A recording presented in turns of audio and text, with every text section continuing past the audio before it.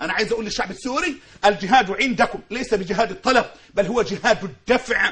وإن الجهاد فرض عين على كل سوري دون استئذان أبويه ودون أن يستأذن العبد سيده. ما في ولد يستأذن الأبوين على الإطلاق، هذا فرض عين على الجميع. بل إن المرأة إن استطاعت أن تحمل حجرا حتى ترمي به بشار الكلب رمته بحجر. ولذلك في مشارع الأشواق إلى مصارع العشاق في المجلد الأول بعد الصفحة 150 في أن الجهاد في هذه الحالة فرض عين على كل الرجال، فرض عين على كل الذكور القادرين على حمل السلاح. لا يستأذن الولد أبويه ولا يستأذن العبد سيده، والمرأة ترمي بحجر إن استطاعت ذلك. هذا جهاد دفع يا أستاذ أحمد. ولذلك عليهم أن يثبتوا يا أيها الذين آمنوا إذا لقيتم الذين كفروا زحفا فلا تولوهم الأدبار ومن يوليهم يومئذ دبره إلا متحرفا لقتال أو متحيزا فيها فقد باء بغضب من الله. وانا بقول اي سوري يتقاعس خاين ومجرم وتارك لفريضة جهاد الدفع. اي سوري ما يحملش السلاح، المستفيد بس من البعثيين والمستفيد من النصيريين هو اللي قاعد يهلل لمين؟ لبشار، لانه حرامي، لانه خاين، لانه لص خايف على المكتسبات اللي خدها ظلما وعدوانا. ولذلك الجهاد عليكم يا اهل سوريا فرض عين. ولكني اقول كثر العدو عليكم من كل اتجاه وعجزتم عن مجابهة ومواجهة هذا العدو.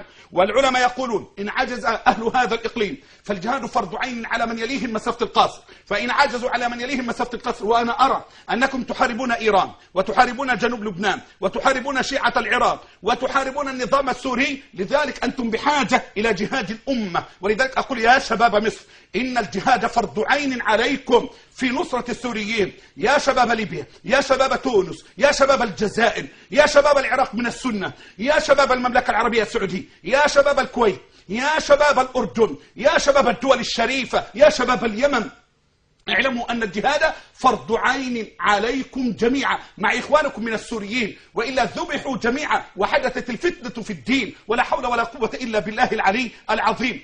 من استطاع أن يجاهد بالمال فليرسل المال إلى إخوانه من المجاهدين. وأقول من استطاع أن يصل إلى هناك لكن بحذر حتى لا يقع في مصيدة الشيعة الروافض، أن يصل إلى هناك وأن يحمل السلاح، وجب عليه أن يحمل السلاح. وأنا أقول وأنا أولكم أقسم بالله أنا أنتظر الساعة التي أستطيع فيها أن أدخل سوريا دون مصيدة وأنا على اتصال بالرجال، لأحملن السلاح، ولئن لقيت هذا الكلب ليس الأسد لأذبحنه شر ذبحة لعنة الله عليه وعلى أبيه وعلى هذا النظام بأسره وعلى الجيش العار وعلى الأمن العار. يا شباب الأمة أنا معكم، إن استطعنا أن نفتح ثغرة وجب علينا أن نتجه جميعا لتطهير سوريا من هذا النظام النصيري الكافر، من هؤلاء الشيعة الذين أتوكم من إيران، من جنوب لبنان، من العراق، من كل اتجاه. اعلموا أن الجهاد فرض عين، ولا تسمعوا لإنسان منتكس أو لإنسان يريد أن يكون ثريا أو نجما أو لإنسان يريد أن يعيش